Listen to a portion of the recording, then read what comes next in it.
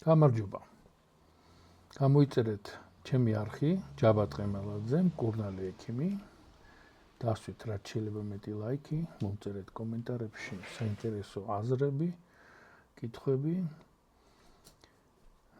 და ეს დაეხმარება ჩემი არხის განვითარებას.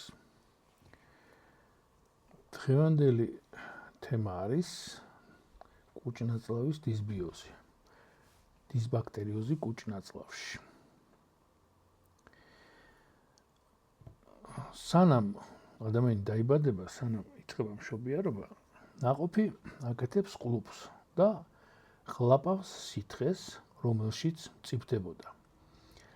ამ სითხეში განთავსებულია ბაქტერიები, რომლებიც შეგროვდა მისი ორივე მშობლების ორგანიზმიდან. ასე და ამრიგად ადამიანის კუჭნაწლავში ხდება მიკრობიომი, ყალიბდება მიკრობიომი. ადამიანები მშობლებისგან არა მარტო გენებს, არამედ მიკრობიომსაც ღებულობენ შთაომავლობით. თქვენს ნაწლავებში არსებობს მთელი სამყარო. არა მხოლოდ მეტაფორულად, არამედ პირდაპირი გაგებით. უხილავი არსებების გალაქტიკები ცხოვრობენ, მრავლდებიან, აწარმოებენ ქიმიურ ელმებს ერთმანეთში, ამყარებენ ასევე ალიანსებს ერთმანეთში და ეს ხდება თქვენი ნაწლავის ზედაპირზე. ამ უხილავ ვირტუალურ ორგანოს, რომელიც ჩვენი არ არის, მაგრამ მის გარეშე ვერ ვარსებობთ, მეცნიერები უწოდებენ მიკრობიომს. თუ თქვენ გონიათ, რომ საკუთარი სხეულს მარტო მართავთ, იცოდეთ, რომ ეს არ არის ასე.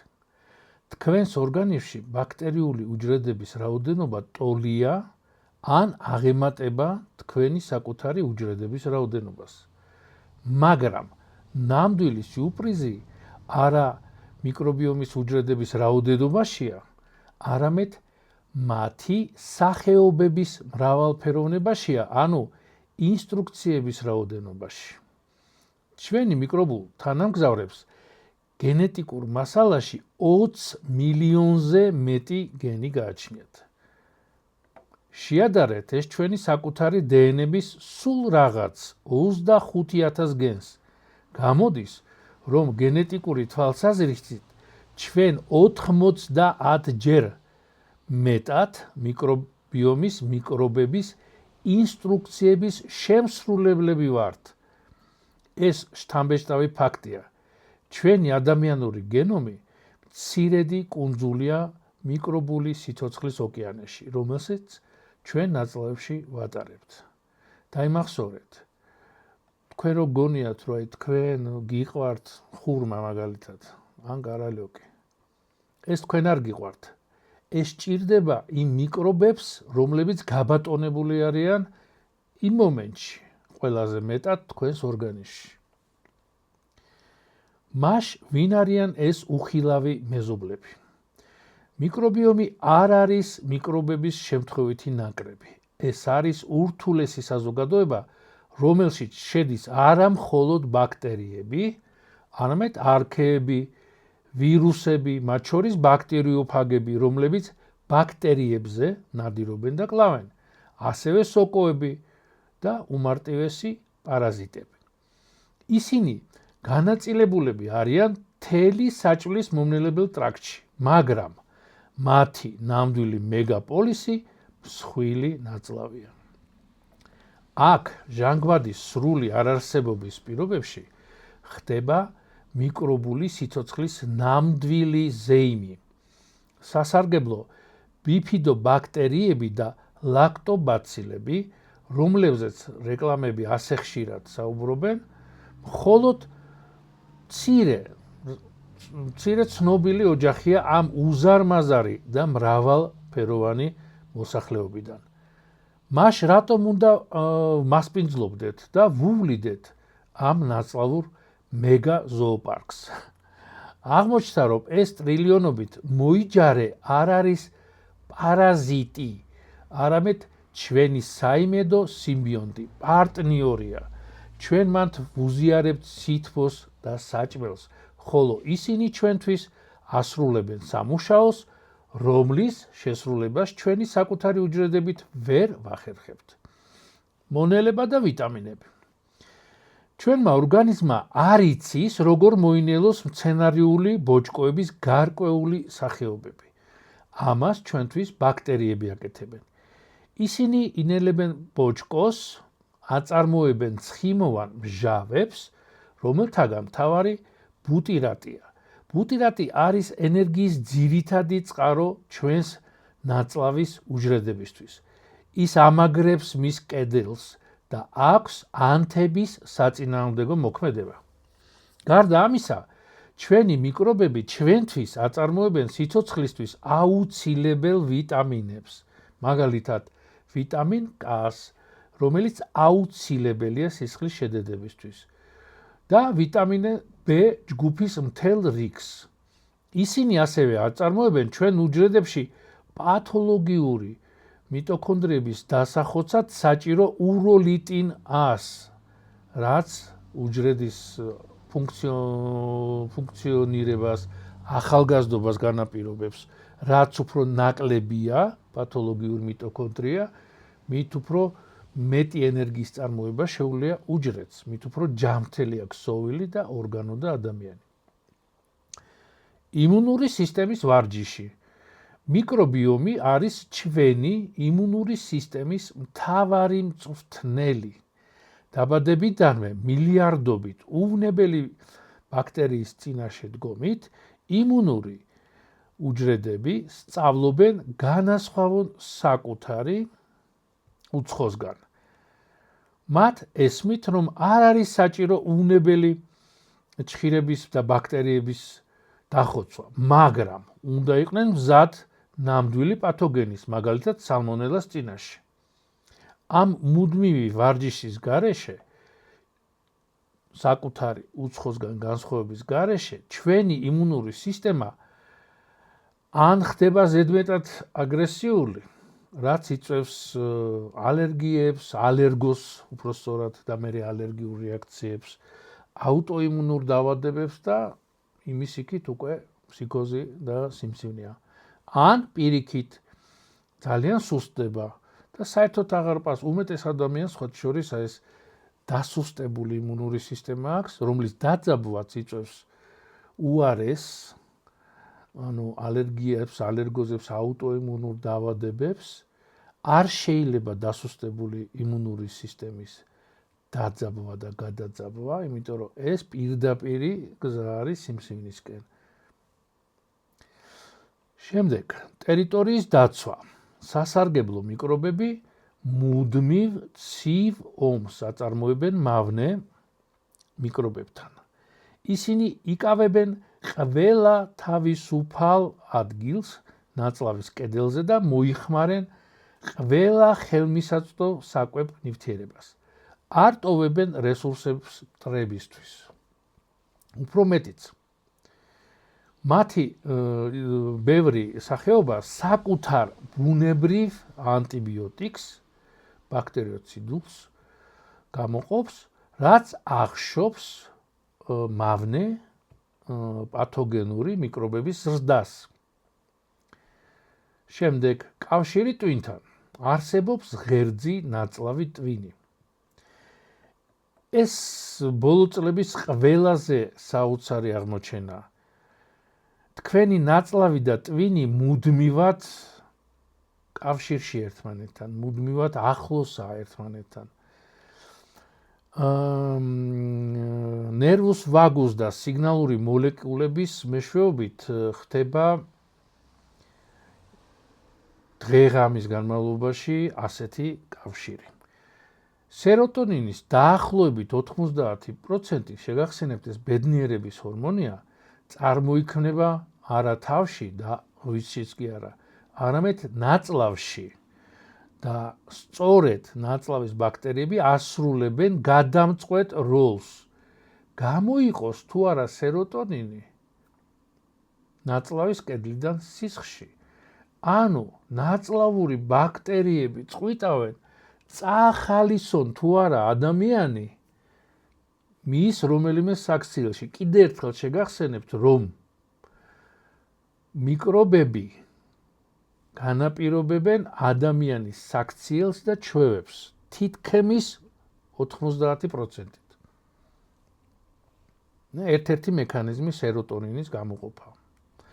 ისინი ასევე აწარმოებენ მრავალ სხვა ნეიროაქტიულ ნივთიერებებს, მათ შორის ისეთ ნივთიერებებს, რომელიც დასჯად აღიქმება ტვინის მხრიდან. სწორედ ამიტომ ჩვენი მიკრობიომის მდგომარეობა პირდაპირ გავლენას ახდენს ჩვენს საქციელზე, ხასიათზე, ჩვევებზე. მისი ცვლილება იწვევს განწყობის ცვლილებას, შფოთვის დონემდეც კი მიდის. და კიდევ ერთხელ გავიმეორებ, მიკრობიომი, ნაწლავური პირდაპირ განაპირობებს ჩვენს ქცევას. ასე რომ, ჩვენი მიკრობიომის ეკოსისტემა არის მყიფე, მაგრამ წარმოუდგენლად მნიშვნელოვანი სიმბიონტური ორგანოსაც კი უძახიან ამ ბოლო დროს. ვირტუალური ორგანო, რომელიც ორგანის არ ეკუთვნის, დამოუკიდებელია, მაგრამ იმდენად ძლიერია ზეგავლენა ადამიანზე, რომ უკვე ორგანოთ მოიხსენიებენ და ეს ორგანო კიდევ ერთხელ მართავს ჩვენ ტვინს. ეს არის დელიკატური ბალანსისა და ორმხრივი სარგებლის კოოპერაციის სამყარო. მაგრამ რა ხდება, როდესაც ამ იდეალურად დაკონფიგურირებულ საზოგადოებაში იწყება ქაოსი. როდესაც ჩვენი მოკავშირე მიკრობები იღუპებიან და შემოჭრილი დამპყრობლები წამოწევენ თავს და ბატონდებიან. ამ დაშლის, ამ სამოქალაქო ომის მდგომარეობას ნაწლავებში ეწოდება ნაწლავური დისბაქტერიოზი, ნაწლავის დისბიოზი. ამ შიდა ქარიშხლის შედეგები შორს სცილდება ჩვეულებრივი საკვების მონელების პრობლემების ფარგლებს.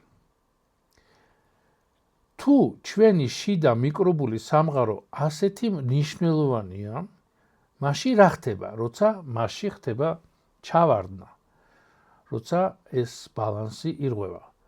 ყოველდღიურ ცხოვრებაში სიტყვა დისბიოზი ხშირად გამოიყენება ნებისმიერი უსიამოვნო შეგრძნების აღსაწერად მუცელში, სტრესის ან ანტიბიოტიკის მიღების შედეგად, როგორც წესი.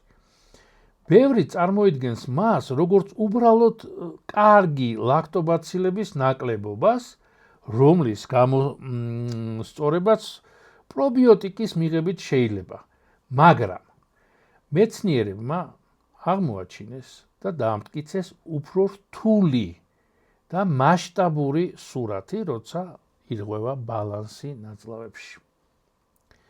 უპირველეს ყოვლისა მნიშვნელოვანია გავიგოთ, დისბიოზი არ არის დამოუკიდებელი დიაგნოზი, არამედ ბალანსის დარღვევის მდგომარეობა. ეს არ არის რაღაც, როგორიც გრიპია, რომელსაც აქვს ერთი კონკრეტული მამოძრავებელი აგენტი, ამ გრიპის ვირუსი. უпроსტად, მისი შედარება შეიძლება ეკოლოგიურ კატასტროფასთან, ოდესღაც აყვავებულ ნაკრძალში. მკვლევარები განსაზღვრავენ მას, როგორც მიკრობული საზოგადოების შემადგენლობისა და ფუნქციის მდგრად ცვლილებას. იმავეს, რომელიც ჩვენთან ერთად ევოლუციისას განიცდიდა ორმხრივი სიმბიოტური სარგებელი.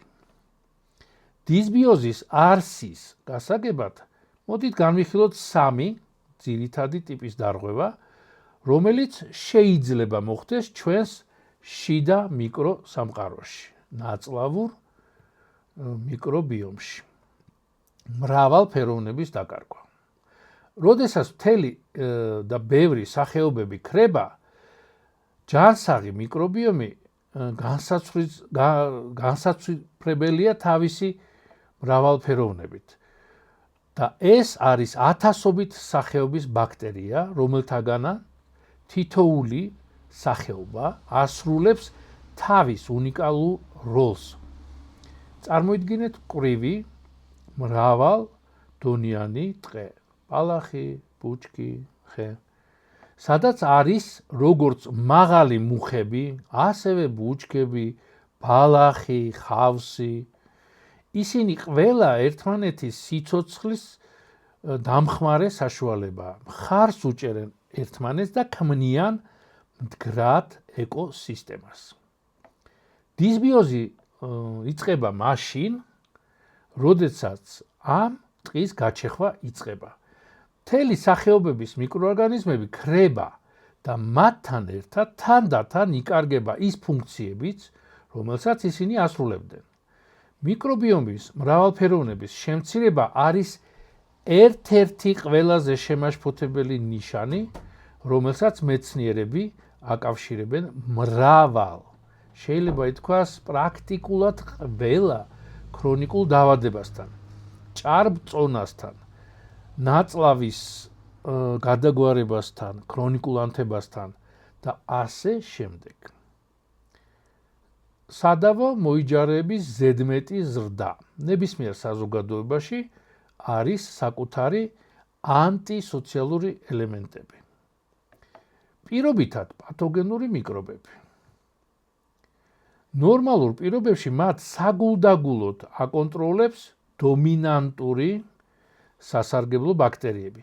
მაგრამ როგორც კი ეს უკანასკნელები სუსტებიან, მცირდებიან რაოდენობაში, პირობითად პათოგენურ სახეობებს შეუძლიათ გაუკონტროლებლად გამრავლდნენ და თვითონ გახდნენ დომინანტები. ეს გავს სარეველებს, რომლებიც მომენტალურად ავსებენ ცარიელ საყვავილეს, ცარიელ ტყეს, გაჩეხილ ტყეს.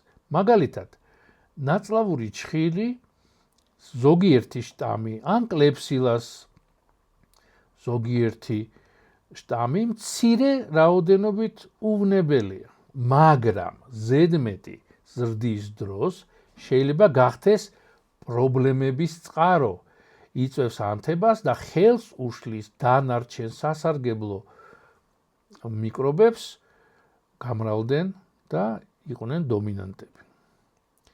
სასარგებლო ფუნქციების დაკარგვა. ეს ყველაზე რთული სცენარი. როგორც წესი, ამით მთავრდება პირველი ან მეორე სცენარი. ეს ალბათ ყველაზე მნიშვნელოვანი და არააშკარა, არახილური ასპექტია. ზოგჯერ ანალიზის დროს შეიძლება ჩანდეს, რომ მიკრობების საერთო მრავალფეროვნება თითქმის ნორმალურია. მაგრამ პრობლემა არ არის იმაში, ვინ ცხოვრობს, რა სახეობა არის ნაწლავებში, არამედ იმაში, თუ რას აკეთებენ ისინი. მაგალითად, გარკვეული მიკრობები აწარმოებენ უროლიტინ A-ს ახალგაზრდობაში და მერე იწყებენ უროლიტინ B-ს წარმოებას, რაც მიტოქონდრიების დახოცვას, პათოლოგიური მიტოქონდრიების დახოცვას ჩვენს უჯრედებში უკვე ხელს აღარ უწყობს. ეს ყველაზე არამავნე მაგალითია, ესე ვთქვათ. დისბალანსის გამო ეს საზოგადოება შეიძლება შეწყვიტოს თავისი სიცოცხლისთვის მნიშვნელოვანი მუშაობის შესრულება. ბაქტერიებმა შეიძლება შეამცირონ ჩვენთვის შეუცვლელი მიკროკონცენტრირებული ცხიმოვანი მჟავების, როგორიცაა ბუტირატი წარმოება, რომელიც შეგახსენებთ არის ნაწლავის უჯრედებისთვის ენერგიის მთავარი წყარო და აქვს ძლიერი ანთების საწინააღმდეგო მოქმედება. შეიძლება დაირღვეს ვიტამინი K და B ჯგუფის ვიტამინების სინთეზი, ან დააკვირდით სეროტონინის წარმოებას კი. დეპრესიის წინა წყარო. ანუ ფორმალურად მოიჯარეები ადგილზე არიან, ყველა სახეობა პრაქტიკულად, რაოდენობაც არა, ცოტა და ასე ვთქვათ, მაგრამ მათ შეწყვიტეს ქირის გადახდა სასარგებლო მეტაბოლიტების სახით და ეს ძირს უთხრის მთელ ჩვენ ჯანმრთელობას. თანამედროვე მეცნიერების მთავარი დასკვნა არის ის, რომ დისბიოზი არ არის მხოლოდ 1-2 სახეობის ბაქტერიის დეფიციტი, არამედ მთელი ეკოსისტემის სისტემური ჩავარდნა. ეს არის ქაოსი, რომლის დროსაც ირღვევა რთული ურთიერთქმედების ქსელები სხვადასხვა მიკრობებს შორის და მიკრობებსა და ჩვენს ორგანიზმს შორის. ამიტომ ლაქტობაცილები მომაკლდა, პრობიოტიკებს მივიღებ. აი ესეთი მიდგომა საუკეთესო შემთხვევაში შეიძლება დაეხმაროს, საწყის ყველაზე მსუბუქ დროებით დარღვევებს.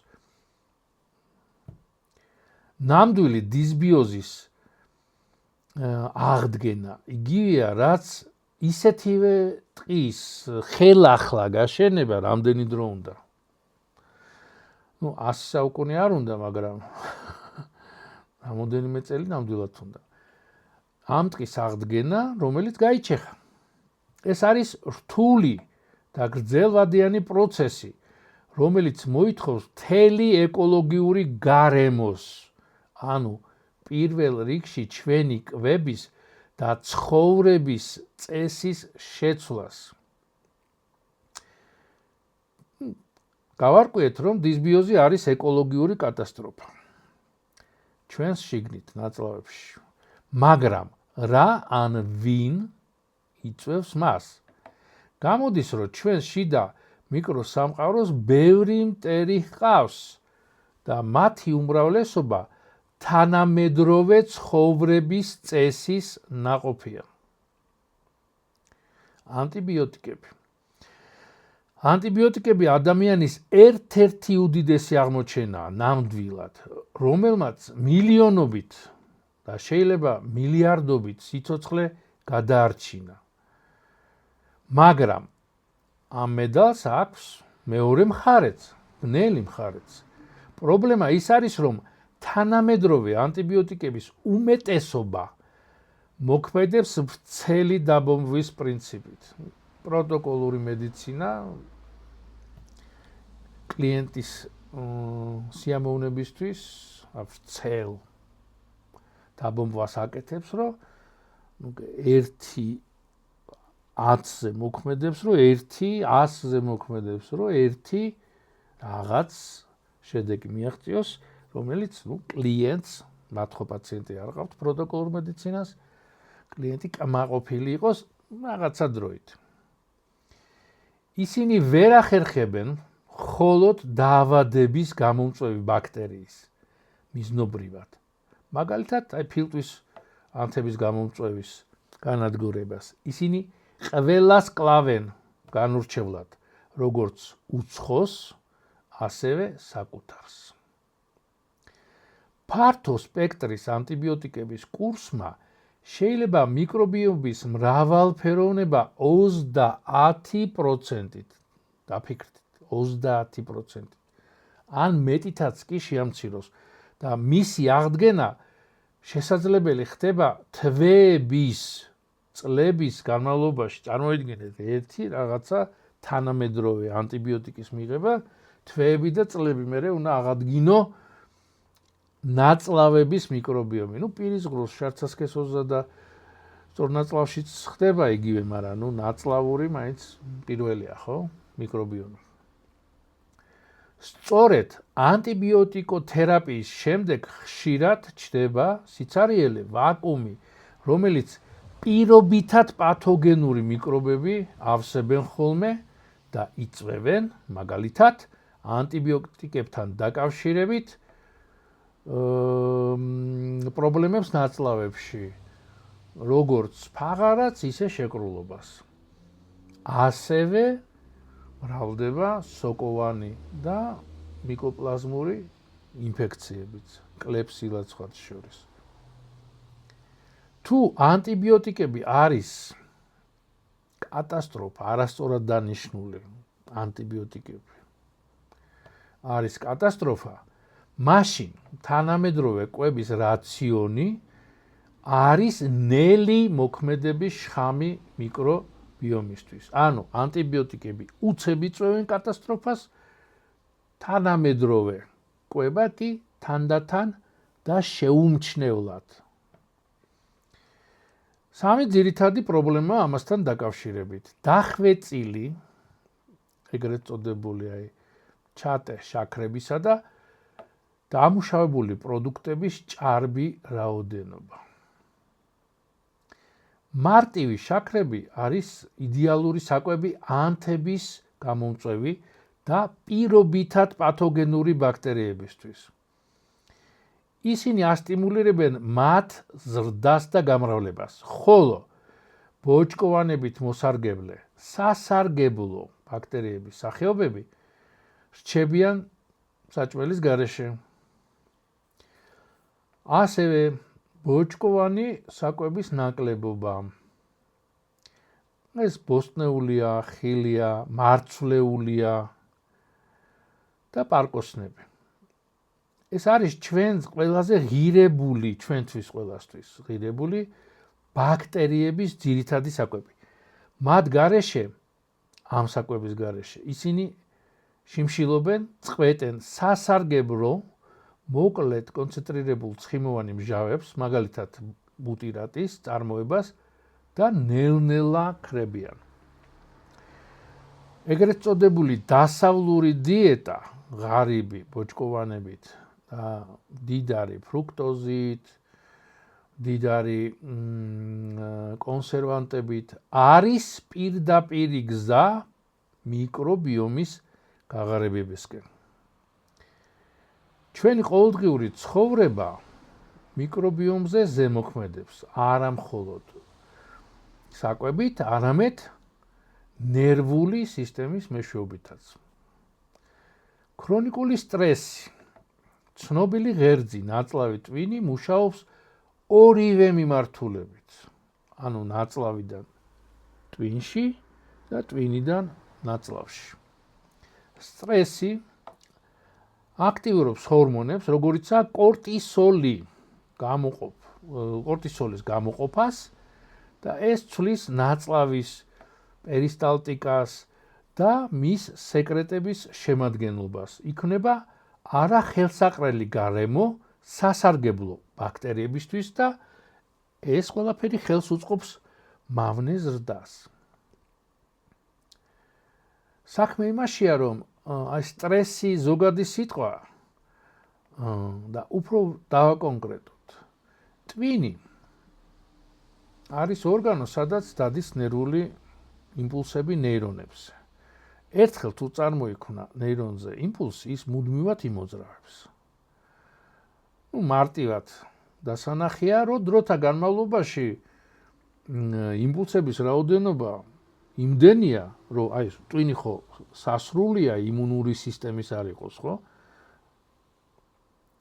უკვე ვეღარ იტევს ამდენ იმპულსს და ამის გამო ცუდად მუშაობს.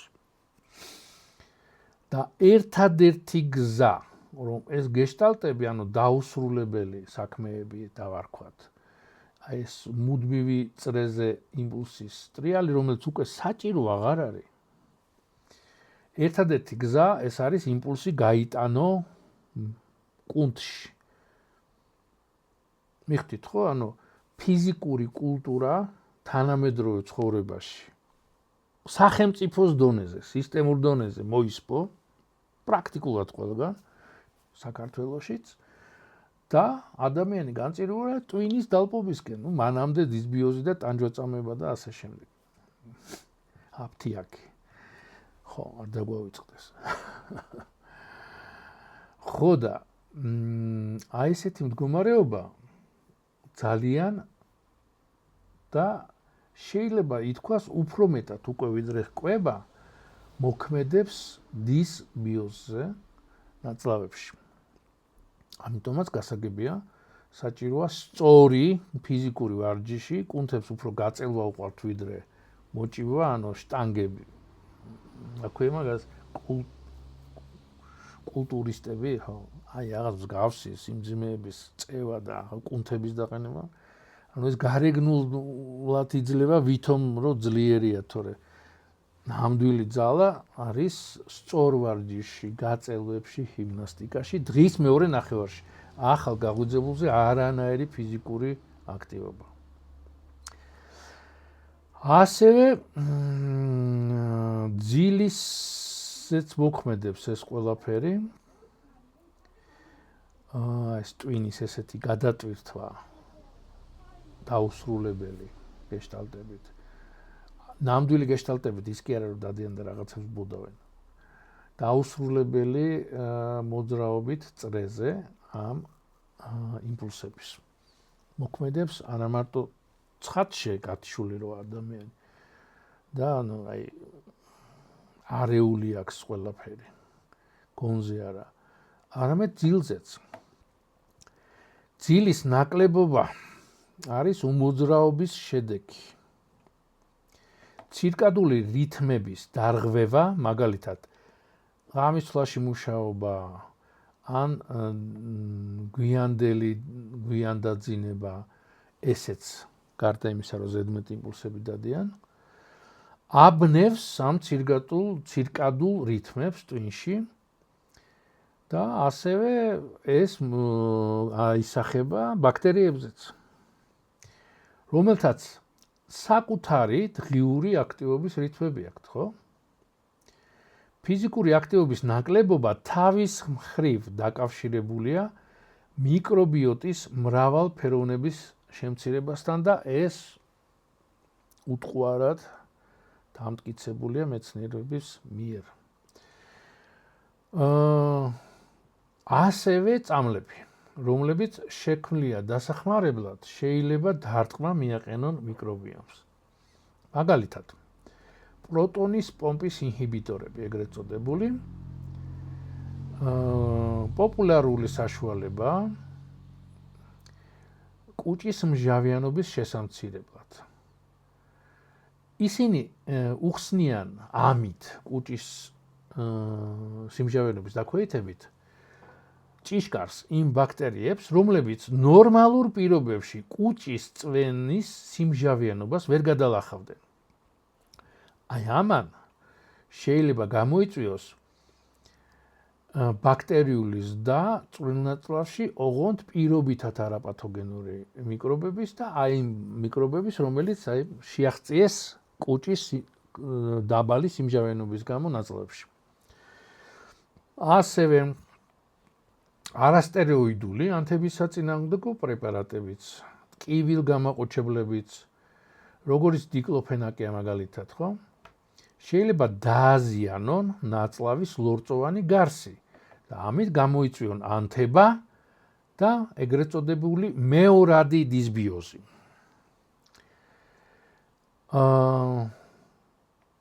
არის დაავადებები, რომელიც ასევე ხელს უწყობენ დისბიოზს, ზის ჩამოყალიბებას. აი მაგალითად, სისუფთავისკენ სწრაფვა, ინფექციისგან ხსნის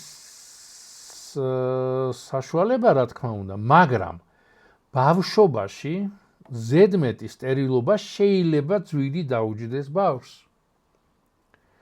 მიკრობიომი ყალიბდება ადრეულ ასაკში გარემოსთან კონტაქტის გზით. გარდა იმისა, რაც მშობლებისგან მიიღებს ბავშვი, ხო? ამის გარდა კიდე გარემოსგანაც იმატებს ინდივიდუალურად. ქუჩაში თამაში, შინაურ ცხოველებთან ურთიერთობა,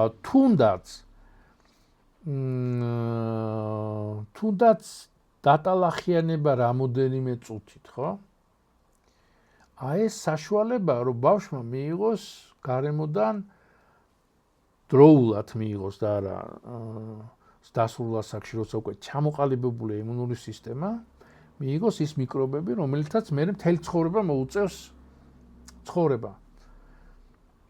თუ ბავშვს ამ მიკრობული ვაქცინაციას არჩევანს ჩამოუჭრით, ეს ვაქცინაცია ნამდვილი და ბუნებრივი.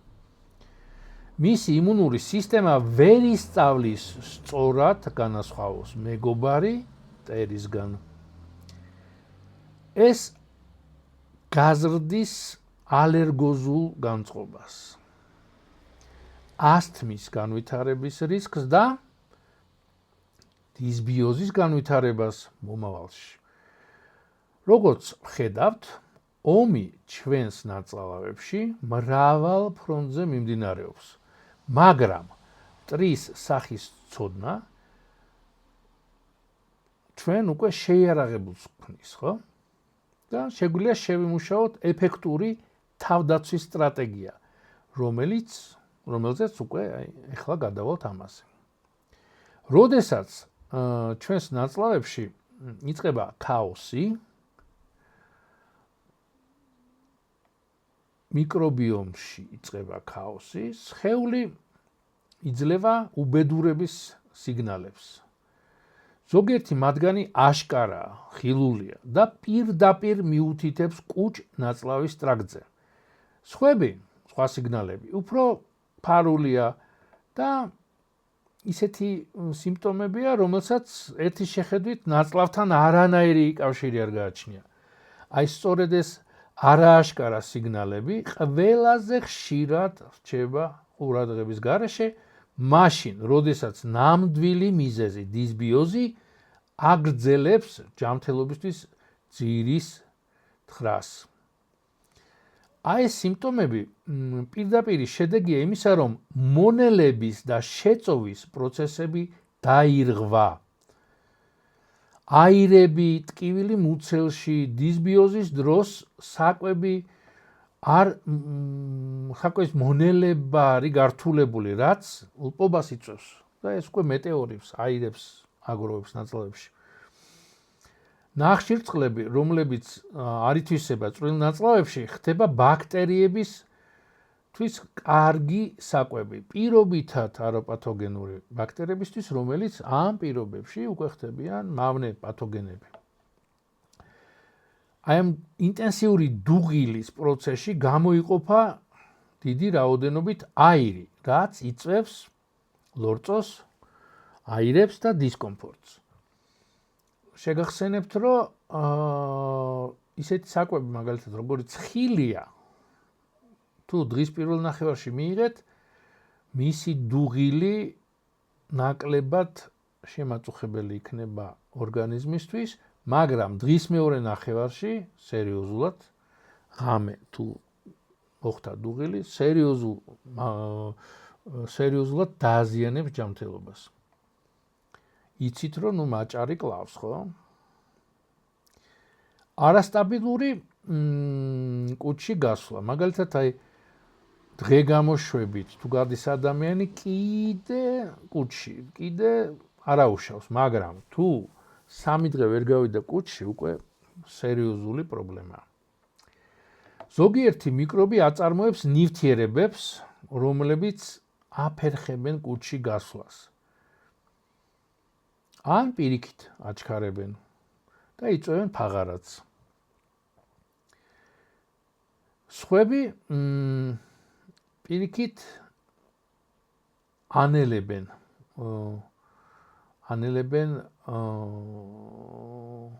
და ასუსტებენ ნაწლავების ტონუსს და ეგრეთ წოდებულ მშრალ კოლიც, ანუ ყაბზობას იწვევენ.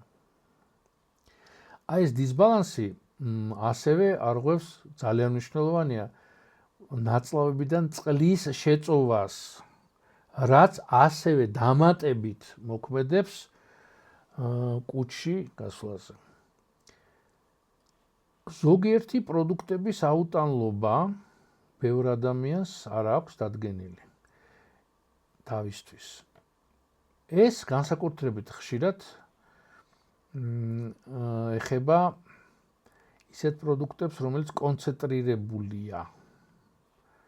ეს რძე ზოგადად არ იჭმება, მაგრამ აი რძის ნაწარმი მაგალითად არაქისი არ იჭმება თავისთავად და უიქად სასწაული ხდება, ხო?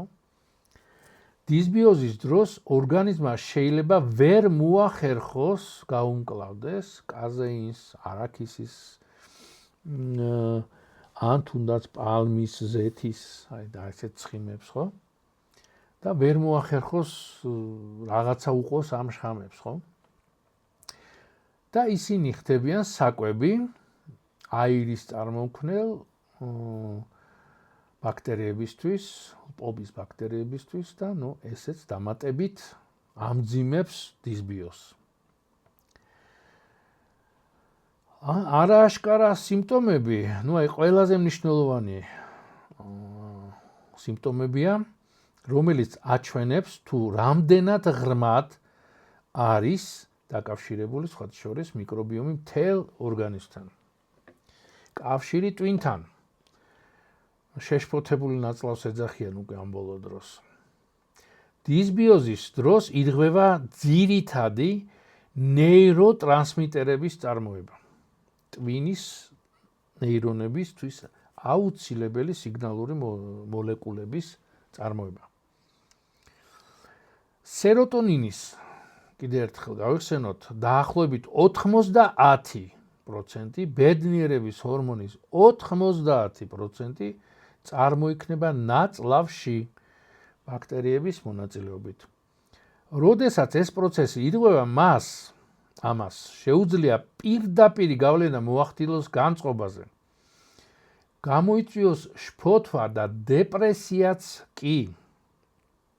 ეს затуманенное сознание, ნისლი თავში, კონცენტრაციის დაქვეითება, მეხსიერების პრობლემები, ასევე შეიძლება იყოს ნაწლავის სისტემური ანთების შედეგი, რომელიც იწყება არა ჯანსაღი ნაწლავიდან, დისბიოზიდან. კავშირი იმუნიტეტთან, ვინაიდან ორგანიზმის იმუნური უჯრედების 70-80% კონცენტრირებულია თქვენ წარმოიდგინეთ ნაწლავში, ხო? მოსალოდნელი იყო. მიკრობიომის მდგომარეობა პირდაპირ განსაზღვრავს ჩვენი იმუნური პასუხის რაობას და ასევე სიძლიერეს, რაც უფრო მნიშვნელოვანია. დისბიოზი ასუსტებს დამცავ ბარიერებს და იწვევს ქრონიკულ ნელ ანთებებს.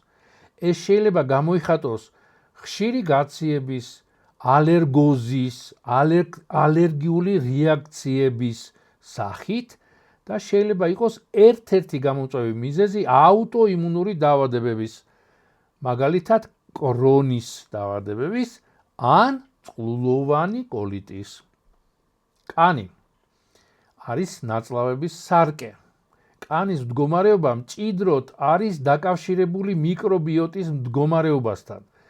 ქრონიკული ანთება და გაჟონვადი ნაწლავის სინდრომი, რომლის დროსაც ტოქსინები და არამონელებული საკვების ნაწილაკები შეაღწევენ სისხლის ნაკადში, შეიძლება გამოიხატოს კანზე აკნეს, როზაციას ან ატოპიური დერმატიტის სახით. ნაწლავს და კანს აკავშირებს არა მხოლოდ სისხლის ნაკადი, არამედ საერთო იმუნური მექანიზმები, რომელიც ბევრია, რთულია და დღეს ამას ვერ განვიხილავთ. მეტაბოლიზმი.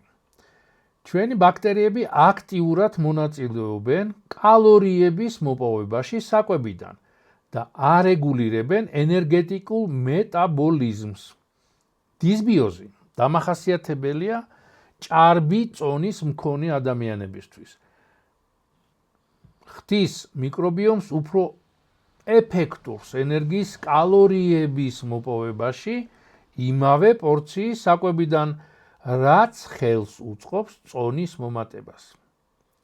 გარდა ამისა, მას შეუძლია ხელი შეუწყოს ინსულინისადმი რეზისტენტობის განვითარებას, ანუ მეორე ტიპის დიაბეტის წარმოებას, ჩამოყალიბებას. ქრონიკული დაღლილობა. ყველაზე გავრცელებული გართულება რა? დაავადება, რომელიც იწვევს დისბიოზს. პრაქტიკულად 99%-ს აქვს. დაღლილობის და ენერგიის ნაკლებობის მუდმივი გრძნობა დისბიოზის ყველაზე ხშირი თანამგზავრია. ეს შეიძლება იყოს დაკავშირებული საკვები ნივთიერებების, ვიტამინების, განსაკუთრებით B ჯგუფის შეწოვის დარღვევასთან.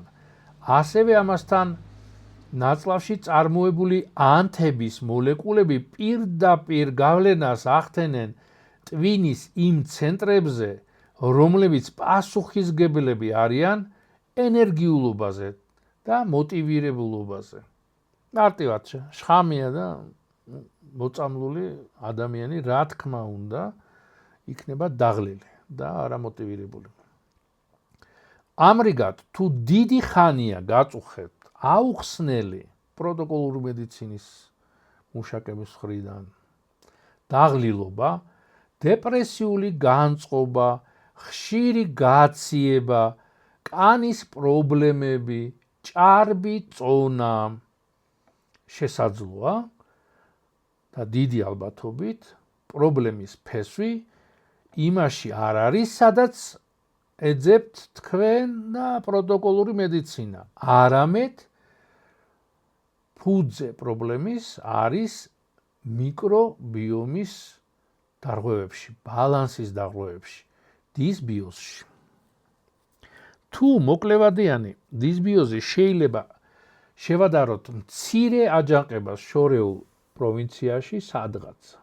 მაშინ გახანგრძლივებული ქაოსი მიკროსამყაროში იქცევა სრულმასშტაბიან სამოქალაქო ომად, რომლის შედეგებიც ყველა კუთხეში იგრძნობა. ეს აღარ არის მხოლოდ დროებითი შეუძლობა, არამედ ფუნდამენტური ჩავარდნა, რომელსაც შეუძლია საფუძველი ჩაუყაროს სერიოზულ ქრონიკულ დაავადებებს. ბარიერის განადგურება, გაჟონვადი ნაწლავი ხშირად ხსმენიათ. აი ეს სინდრომი, არა დაავადება, სინდრომია და სისტემური ანთება ერთ-ერთი ყველაზე საშიში რამაა, რაც იწვევს ქრონიკული დისბიოზი, მოულელი დისბიოზი. ეს არის ნაწლავის დამცავი ბარიერის განადგურება. წარმოიდგინეთ, ის როგორც მაღალ ტექნოლოგიურ სასაზღვრო გამშვებ პუნქტზე, ნორმალურ პირობებში ესეთი პუნქტი კაცრად არეგულირებს, თუ რა შეიძლება მოხდეს სისხლის ნაკადში, ძალიან კაცრად. მონელებული საკვები, ნივთიერებები, მხოლოდ მონელებული. და რა უნდა დარჩეს გარეთ სისხლის? ეს ტოქსინები, მოუნელებელი რამ, პათოგენური მიკრობები თავისთავად, ხო? დისბიოზის დროს მავნე ბაქტერიები და მათი ტოქსინები, მაგალითად, ლიპოპოლისაქარიდი, აზიანებენ ნაწლავის კედლის უჯრედებს შორის არსებულ მჭიდრო კონტაქტებს. შედეგად ჩნდება მდგომარეობა, რომელიც ცნობილია როგორც ნაწლავის გაზრდილი გამტარიანობა ან გაჟონვადი ნაწლავის სინდრომი. წარმოქმნილი მიკრონაპრალებით სისხლის ნაკადში იწყებენ არამონელებული საკვების ნაწილაკების, ბაქტერიების და მათი ტოქსინების გაჟონვა. სასწაული რამეა, ხო? ადრე გვასწავლიდა, რომ სისხლში თუა მიკრობი, სეფსისია. ეს კლასიკური გაგებით სეფსისი არა, იმიტომ რომ ძალიან ცოტა ჟონავს მიკრობი, მაგრამ ხო ჟონავს. იმუნური სისტემა ამ უგზო-უკლო სტუმრებს ტრობით ხვდება, რა თქმა უნდა და პირველ რიგში, რა თქმა უნდა, მიკრობებს, რომ არ განვითარდეს სეფსისი.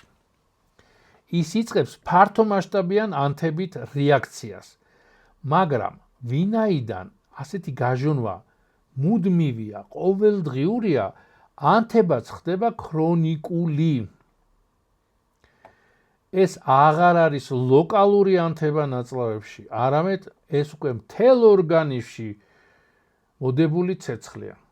ასეთი ნელი, თითქოს შეუმჩნეველი ანთება ითვლება საფუძვლად სხვადასხვა და შეიძლება ითქვას ძალიან ბევრი ქრონიკული პათოლოგიების განვითარებისთვის. მუდმივი ანთება და მიკრობიომის ფუნქციების დარღვევა ქმნის ნიადაგს სერიოზული, კიდევ ერთხელ გავიმეორებ, ქრონიკული დაავადებებისთვის. მეორე ტიპის დიაბეტი და ჭარბი წონა. დისბიოზი დამახასიათებელია ამ მდგომარეობისთვის. ის ხდის მიკრობიომს უფრო ეფექტურს კალორიების მოპოვებაში საკვებიდან, ხელს უწყობს წონის მომატებას. მაგრამ რაც უფრო მნიშვნელოვანია, ბაქტერიული ტოქსინების სისხლში მოხვედრით იწვევენ ანთებას ცხიმოვან ქსოვილში, ღვიძლსა და კუნთებში. ეს ანთება პირდაპირ ხელს უშლის ინსულინის მუშაობას, რაც იწვევს ინსულინისადმი რეზისტენტობას, ტიპი 2 დიაბეტის განვითარების მთავარ მექანიზმს. გულ-სისხლძარღვთა დაავადებები. აქ გადამწყვეტ როლს ასრულებს გარკვეული საკვები ნივთიერებების მეტაბოლიზმი. დისბიოზის დროს ზოგიერთ ბაქტერიას შეუძლია დაიწყოს ქოლინის და L-კარნიტინის დიდი რაოდენობით გადამუშავება ტრიმეტილამინის წარმოებაში. ღვიძლში ტრიმეტილამინი გარდაიქმნება ტრიმეტილ-N-ოქსიდად, რომელიც ათეროსკლეროზისთვის დამოუკიდებელი რისკ ფაქტორია, რადგან ხელს უწყობს ქოლესტერინის ფოლაქების წარმოქმნას სისხლძარღვებში. ნეიროდეგენერაციული დარღვევები, მაგალითად ალცჰეიმერის სინდრომი, ალცჰეიმერის დაავადება. ნაწლავსა და ტვინს შორის კავშირი აქ ყველაზე ხილულ ფორმას იღებს. დისბიოზის გამომწვეველმა ქრონიკულმა სისტემურმა ანთებებმა შეიძლება ხელი შეუწყოს ნეიროანთებას ტვინში. გარდა ამისა, ზოგიერთი მკვლევარი ამტკიცებს, ვარაუდობს, რომ გარკვეულ პათოგენურ ბაქტერიებს შეუძლიათ ამილოიდური ცილების წარმოქმნა ნეირონებში და სხვაგან, რომლებიც მსგავსია იმ ცილებისა, რომლებიც ქმნიან ფოლაქებს ალცჰეიმერის დაავადების მქონე პაციენტების ტვინში.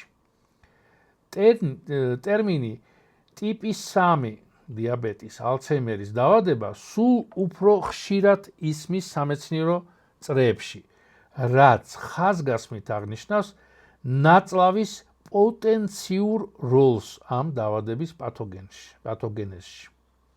შეგახსენებთ, ნეირონებიც გამოყოფენ ინსულინს თვითონ. ამრიგად, გაგრძელებული დისბიოზი, ხანგრძლივი სისტემური დისბიოზი ეს არ არის მხოლოდ შემაწუხებელი რამ, არამედ სერიოზული რისკის ფაქტორია, რომელსაც შეუძლია გამოიწვიოს ქრონიკული დაავადებების მომაკვდინებელი ნაკადი. შექმნას წრე, რომლიდანაც გამოსავალი დისბიოზის მკურნალობის გარეშე შეუძლებელია. ის ძირს უთხრის ჩვენი ჯანმრთელობის საფუძვლებს, ანადგურებს ბარიერებს, აქტიურებს სისტემურ ანთებას და არღვევს ნაზ მეტაბოლურ და ნევროლოგიურ კავშირებს. ამ საშიშროების გაგება აიძულებს ახლებურად შევხედოთ ჩვენში და მიკროსამყაროს და ვიზრუნოთ მასზე, როგორც სტრატეგიული ინვესტიციას და გრძელვადიან ჯანმრთელობაზე. პრობლემის მასშტაბების გაცნობიერების შემდეგ ბუნებრივია დავსვათ კითხვა, შესაძლებელია, რომ ამ რთული ეკოსისტემის შეკეთება. აკადემიური მედიცინა პასუხობს, დიახ, მაგრამ ამას სჭირდება მოთმინება, კომპლექსური მიდგომა და გაგება, რომ დისბიოზის უნივერსალური აბი არ არსებობს. ეს არ არის ინფექცია, რომლის განადგურებაც ერთი ანტიბიოტიკით შეიძლება, არამედ ეს არის ეკოლოგიური კატასტროფა, რომელიც მოითხოვს თანდათანობით აღდგენას. როგორ შეგვიძლია შევაფასოთ ჩვენი მიკრობიომის მდგომარეობა? პირველ რიგში, ნუ გადაყლაპავთ ზონს. ეს მეთოდი საჭიროა მხოლოდ მაშინ, როდესაც ადამიანები არ არიან გონზე, გულწასულები არიან. და არსებობს ეჭვი კუჭიდან სისხლდენის. ან როდესაც საჭიროა ქსოვილის მოკვნეტა ბიოფსიის აღება კუჭიდან. აი კუჭნაწლავის მდგომარეობის შეფასებისთვის და დისბიოზური მოვლენების შედეგების დასანახად ყველაზე ინფორმატიული და უვნებელი მეთოდი არის რენტგენოსკოპია. ეს არის კონტრასტის დახმარებით გაშუქება რენტგენზე ბარიუმი მაგალითად. რენტგენოლოგი ხედავს თუ როგორ მუშაობს საჭმლის მომნელებელი ტრაქტი, საყლაპავი, კუჭი, წვრილი ნაწლავი და ეს ხდება დინამიკაში. და არ დაიზაროთ მეორე დღესაც მიდით, ბარემ გამოიკვლიეთ მსხვილი ნაწლავით, იმიტომ რომ მეორე დღესთვის მსხვილ ნაწლავში ჩადის კონტრასტი. რაც შეეხება თვითონ უშუალოდ მიკრობიოტას, არსებობს რამდენიმე მეთოდი. თითოეულს აქვს თავისი დადებითი, ასევე უარყოფითი მხარეები. ბაქტერიული ინოკულაცია. ეს არის კლასიკური, მაგრამ მოძველებული მეთოდი. განავლის ნიმუში ხდება ამ ბაქტერიების გამოვლენა. პრობლემა ის არის, რომ ნაწლავის ბაქტერიების 40-დან 80%-მდე შეუძლებელია კულტივაცია ლაბორატორიულ პირობებში. ანუ რაკაი ნიმუშიც არ უნდა იყოს განავალის 40-დან 80%-მდე ვერ გაარკვევ. რა კარგი ლაბორატორიაც არ უნდა იყოს. ასეთი ანალიზი იძლევა ძალიან არასრულ სურათს. თითქოს ტყის მრავალფეროვნების შესახებ ვიმსჯელოთ მხოლოდ იმ ხეების გათვალისწინებით, რომლებიც ქოთანში იზრდება. თანამედროვე მოლეკულარული მეთოდები, PCR და სეკვენირება. ამ ტექნოლოგიებმა მართლაც რევოლუცია მოახდინა. PCR, ანუ პოლიმერაზის ჯაჭვის რეაქცია საშუალებას იძლევა ზუსტად და სწრაფად განისაზღვროს კონკრეტული წინასწარ ცნობილი ბაქტერიების არსებობა, მაგალითად ლაქტობაცილები ან ბიფიდობაქტერიები. მომდევნო თაობის სეკვენირება ეს უკვე არის ყველაზე მოწინავე მეთოდი. სეკვენირება. ის საშუალებას იძლევა წაიკითხოს ყველა გენი, ყველა მიკროორგანიზმის ნიმუში. თითქოს ჩვენ შევადგენთ ტყის ყველა მაცხოვრებლის სრულ სიას. ოღონდ რა თქმა უნდა, ეს რაოდენობაზე და მათ ფუნქციონალობაზე, რაც ძალიან მნიშვნელოვანია, ანუ ისინი აკეთებენ იმას, რაც საჭიროა თუ გადაგვარდნენ. ამაზე პასუხს ვერ მივიღებთ. მნიშვნელოვანია, ნებისმიერი ანალიზის შედეგი არ არის დიაგნოზი, არამედ ეს არის საბაბი დაფიქრებისთვის, ანალიზისთვის. მათი ინტერპრეტაცია უნდა მოხდეს გამოცდილ ექიმთან, კლინიკური სურათთან შედარებით.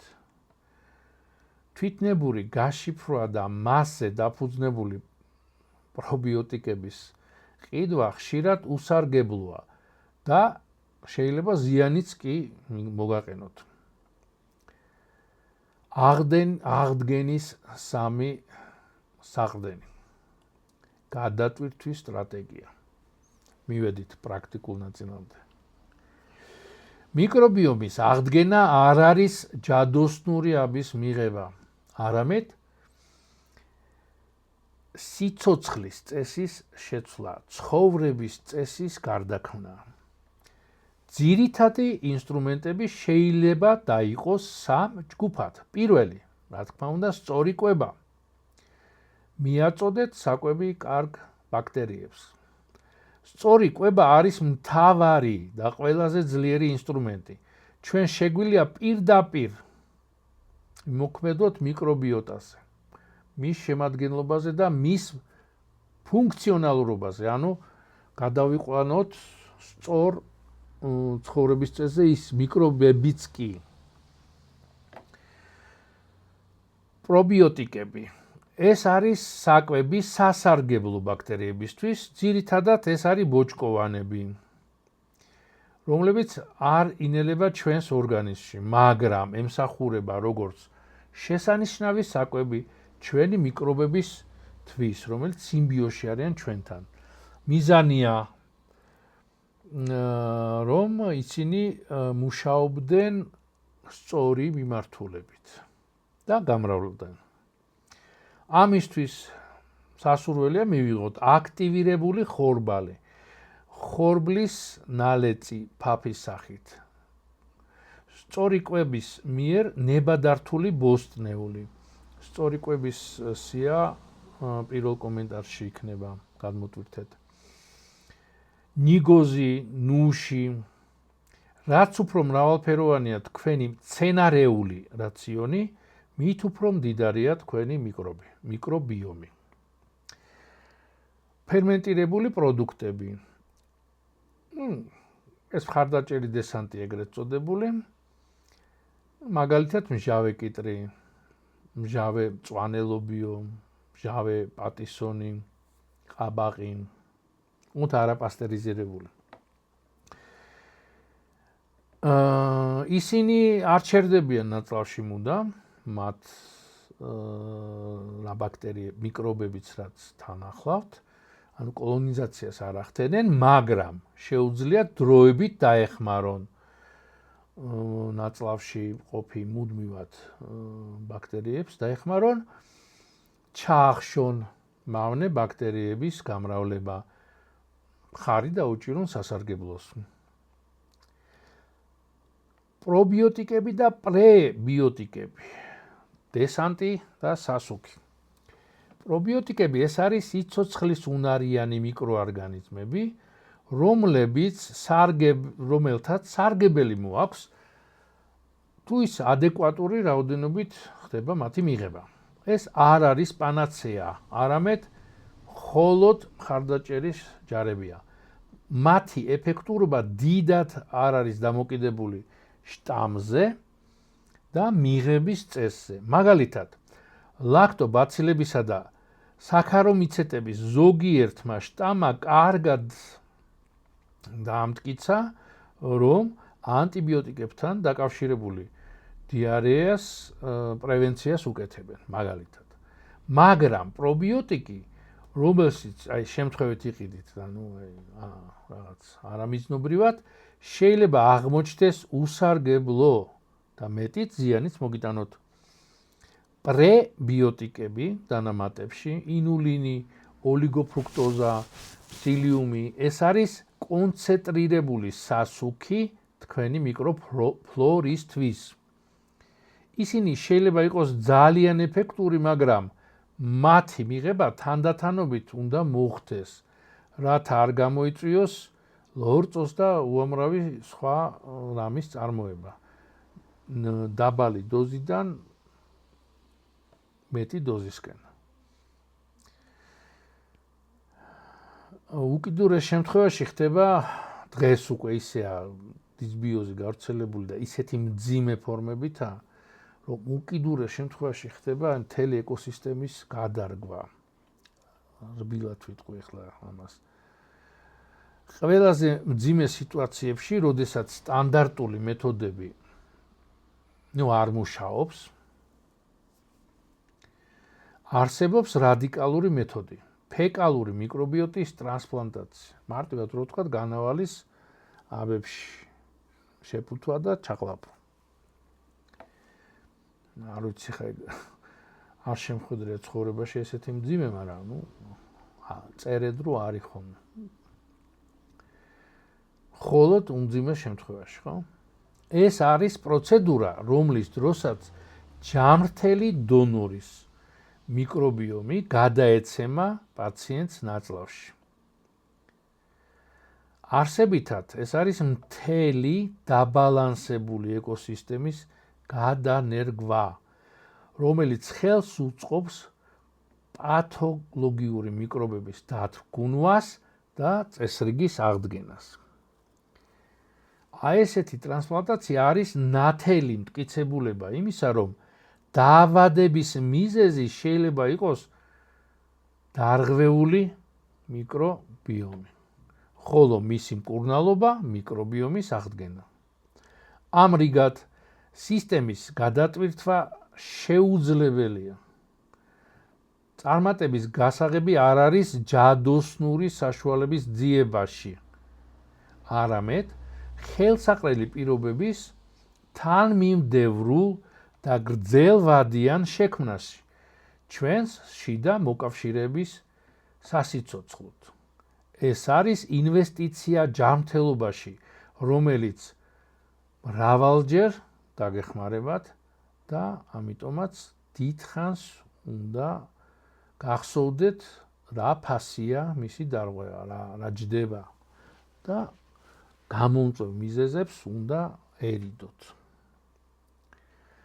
ჩვენ ნახეთ, რომ მიკრობიომი არ არის უხმო მასა, არამედ არის დინამიური, მჭიდროდ დასახლებული სამყარო, რომელზეც პირდაპირ არის დამოკიდებული ჩვენი ფიზიკური და მენტალური ჯანმრთელობა. დისბიოზი, რომელიც ჩვენ განვიხილეთ, ეს არ არის სამედიცინო მითი, პროტოკოლური მედიცინის მითი არ არის, არამედ ამ სისტემის მუშაობის რეალური და კომპლექსური ჩავარდნა ნამდვილი სამოქალაქო ომია ჩვენს შიგნით ნაწლავებში. მთავარი დასკვნა, რომელიც უნდა გაკეთდეს, არის ის, რომ ჩვენი ჯანმრთელობა არ არის მოცემული. ეს არის სიმბიოზი, ორმხრივი სარგებლობა, თანამშრომლობა. ამ ყველაფრის შედეგია ჯანმრთელობა. გენეტიკა მშობლებიდან, მიკრობიომი მშობლებიდან და აი ამ ორის თანამშრომლობა, რა თქმა უნდა, ჩვენი ინტელექტის დახმარებით, ხო? ჩვენ არ ვართ ავტონომიური არსებები, არამედ რთული სუპერორგანიზმი ვართ. ვირტუალური მიკრობიომი, რომელიც ჩათვალეთ, რომ გმართავს. თუ რა თქმა უნდა, იდეალურ დონემდე არ მივიყვანეთ და მხოლოდ სასარგებლო მიკრობები არ დარჩა ჩვენ ნაწლავში. მაშინ ვთავისუფლდებით მიკრობების დიქტატისგან. ამიტომ ჩვენი მიკრობიომის პრობლემები პირველ რიგში ჩვენი ცხოვრების წესის პრობლემაა. ეს ნიშნავს, რომ გამოსავალი ჩვენ ყოველდღიურ ჩვევებშია. ზრუნვა მიკრობიომზე ეს არ არის ერთჯერადი აქცია, როგორიცაა პრობიოტიკების მიღება ანტიბიოტიკების კურსის შემდეგ. ან თუნდაც ნისტატინის მიღება ანტიბიოტიკების მიღებასთან ერთად. ეს არის გრძელვადიანი სტრატეგია, რომელიც ეფუძნება ცნობიერ არჩევანს. რას ვჭამთ? საკვების ყოველი მიღება არის შესაძლებლობა შევცვალოთ ჩვენი შიდა მოკავშირეები, ან ამოვწყვიტოთ ისინი და მოუწყოთ მტერს ხინი. დიეტა მდიდარი სწორი კვების მიერ ნებადართული მცენარეული ბოჭკოების შემცველი მრავალფეროვანი საკვებით არის მიკრობიომის ჯანმრთელობის ქვაკუთხედი. და რა თქმა უნდა, არ მიიღება აკრძალული საკვების. როგორ გავუმკლავდეთ სტრესს? სტრესის მენეჯმენტი ფიზიკური კულტურის, მედიტაციის, ბუნებაში, ტყეში, აი ესე კი არა რაღაც იქ, ქალაქის ტბაზე ან რაღაც, ტყეში, სეირნობა ან ჰობი, რომელიც გვიყვარს და სიამოვნებას გვაძლევს. ეს არ არის უბრალო უხეში, არამედ პირდაპირი ინვესტიცია ნაწლავის გარემო სტაბილურობაში, ნაწლავი ტვინის ღერძის მეშვეობით.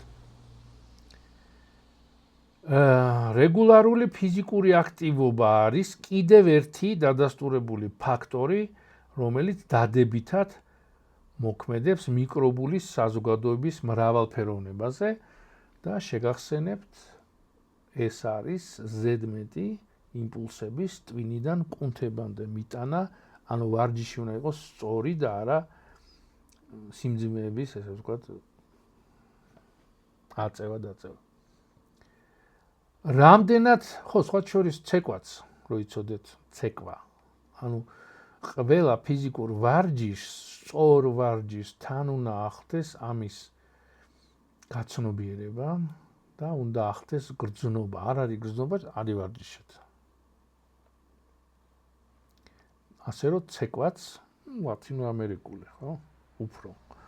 ცეკვაც საბრძოლო ხელოვნება არის გზა, რომ ტვინი განიტვირთოს ზედმეტი იმპულსებისაგან. ყველაზე რთული პრობლემა, რამდენად გონივრულად ვიყენებთ წამლებს. იმის გაგება, რომ ანტიბიოტიკები არის მძიმე არტილერია, რომელიც მხოლოდ მკაცრი ჩვენების დროს უნდა იქნას გამოყენებული, დაგვეხმარება თავიდან ავიცილოთ შეუქცევადი ზიანი შიდა ეკოსისტემისთვის. და თუ ანტიბიოტიკების გამოყენება გარდაუვალია, მაშინ არ დაგავიწყდეთ ანტიბიოტიკების პარალელურად მსუბუქი სოკოს საწინააღმდეგო საშუალების მიღება, მაგალითად ნისტატინი. პროტოკოლური კომერციული მედიცინა მიზან მიმართულად არ წერს ამას ჰაიდლაინებში. ყველა სირთულის მიუხედავად, ამ ისტორიის დასასრული ოპტიმისტურია. ადამიანის მიკრობიომის შესწავლა ეს არის თანამედროვე მეცნიერების ერთ-ერთი ყველაზე ინტენსიურად განვითარებადი და პერსპექტიული სფერო. კვლევები, რომლებიც დღეს ფუტურისტულად ჩანდა 5 წლის წინ თუნდაც, ან დღეს ჩანს, ხო? ხვალ სტანდარტად შეიძლება იქცეს. უკვე მიმდინარეობს სამუშაოები პერსონალიზირებული, პრეციზიული მომდევნო თაობის პრობიოტიკების შესაქმნელად, რომლებიც განკუთვნილია კონკრეტული დარღვევების კორექციისთვის კონკრეტულ ადამიანში. სავსებით შესაძლებელია, რომ არაშორეულ მომავალში მრავალი ადამიანური დაავადებების დეპრესიიდან და აუტიზმიდან დიაბეტამდე და ათეროსკლეროზამდე კურნალობისა და პრევენციის გასაღები იქნება ჩვენი შიდა ეკოსისტემების მიზანმიმართული მართვა. პირის ზღურში, სწორნაწლავში, ნაწლავში, რა თქმა უნდა, და შარსასქესო სისტემაში. მომავლის ექიმი სანამ წამალს გამოწერს, სავარაუდოდ, შეისწავლის არა მხოლოდ სისხლის საერთო ანალიზს, რა თქმა უნდა, არამედ ჩვენი მიკრობიომის რუკასაც. ამრიგად, შიდა სამყაროს მასშტაბების გაცნობიერებიდან მისი დაშლის, მიზეზებისა და შედეგების გაგებამდე გავლილი გზა გვაჩვენებს, რომ მივდივართ მარტივ, მაგრამ ღრმა ჭეშმარიტებამდე. ჯანმრთელობის გზა არ გადის ომში ჩვენი სხეულის უხილავ ცხოვრებლებთან, მიკრობებთან, არამედ მათთან მყარი და გრძელვადიანი თანამშრომლობის დამყარებაშია. ამ კავშირზეა დამოკიდებული ჩვენი კეთილდღეობა დღეს და მომავალი თაობების ჯანმრთელობა. უკვე ხვალ. გამოიწერეთ ჩემი არხი, დასვით ლაიქები, დამეხმარეთ არხის პოპულარიზაციაში. დროებით გემშვიდობებით.